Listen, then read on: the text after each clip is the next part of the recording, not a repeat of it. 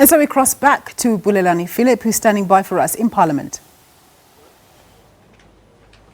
Well, thank you again, Nompu. Of course, continuing with this rolling broadcast of the State of the Nation address, of course, scheduled to be delivered by President Cyril Ramaphosa at 7 p.m. This evening. Of course, you can stay tuned to SABC News, who will be bringing you a live coverage of that State of the Nation address. Of course, big debate that has been going on this week, whether will the Imbongi be part of these proceedings or not. Of course, the latest decision by the presiding officers of Parliament is that they will be reconsidering the exclusion of the Imbongi as part of the proceedings, and they will be having an Imbongi this evening. Of course, what we do know is that that Imbongi will be coming from the Royal Khoisan Council. Of course, I'm sure it's going to bring a lot of relief and smiles to a lot of people. Of course, the history behind the Imbongi, it was introduced by former President Nelson Mandela as part of his effort of ensuring that there is an Africanness representation in the proceedings of the State of the Nation address. And of course, for now, to talk more about this issue, I'm bringing into the conversation Mr. Zolani Mkiva from Contralesa. Did this take you by surprise or by shock when you heard that there will be an exclusion of the Imbongi? Well, yes, we were taken aback when we heard the presiding officers saying that they will remove the role of Imbongi. What surprised us most was the fact that the reasons provided for that was austerity measures. And we thought that you can't afford to remove such a very important element of the decorum of a parliament, particularly a post-colonial parliament, wherein you want to see the African heritage and traditions being mainstreamed in that particular concourse. Simply because, remember that this is a parliament of a new dispensation where you must do everything you can to decolonize on how things are done within it, as well as within the precinct. So we are quite excited then that that decision has since been reversed and reinstate the role of Imbongi in Parliament, because Imbongi symbolizes that which for a long period of time was relegated to the background by colonial governments, and it was just one step towards a complete overhaul of a parliament that is based on a Westminster system. And to remove it, you would have taken a step backward, and it would be something that we would call a regressive decision.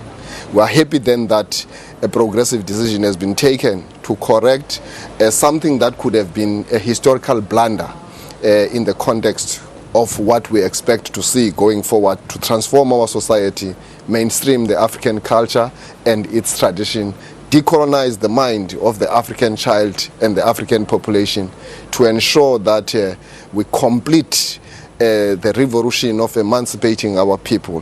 But do you want to see it as a permanent feature in the proceedings of the State of the Nation address? The decision now should actually go beyond just the reinstatement of that role.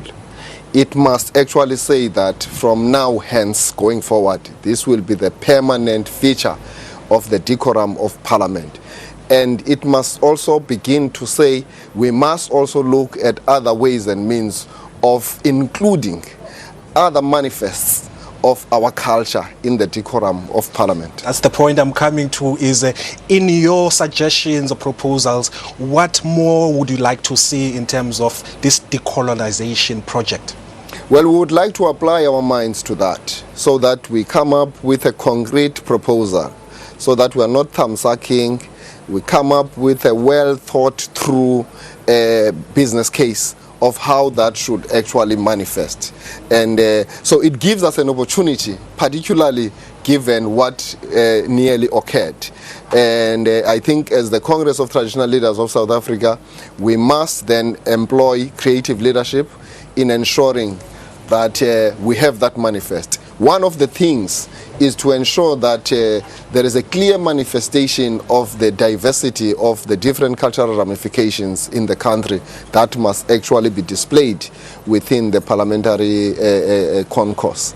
So we will look into that, and we will put our ideas, and we also call upon the people of South Africa, particularly organized formations in the arts fraternity, in the creative industry, to come up with those proposals so that it does not become just the preserve of Contralesa to do that. But Contralesa will lead the charge insofar as that is concerned. All right, Mr. Zolani Mkiva, thank you so much for your time. Of course, it's from Contralesa. I was going to ask you maybe if you could give us a rendition of something of what people is an Imbongi. Perhaps maybe here in studio you can give us a rendition of something that people can expect if you were the person who has given that task. You are putting me on the spot. It's not something that I can just do just like that.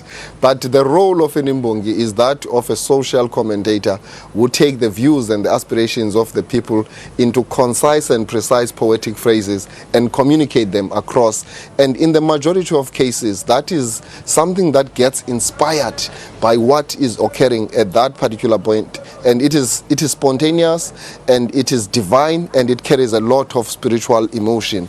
And that's how it happens. You can't predetermine what you will say, because you are basically a voice and a mouthpiece of the ancestors. So you can't really say, I will rehearse what I will say, but it is informed and customized by what occurs at that particular point in time. I'm saying that as one of them, actually. So I know what I'm talking about, and it just comes across as such. All right, thank you so much. Once again, Mr. Zolani Mkiva, thank you for your time. He is obviously from Contralesa, giving us his views on the inclusion of Imbongi in tonight's proceedings.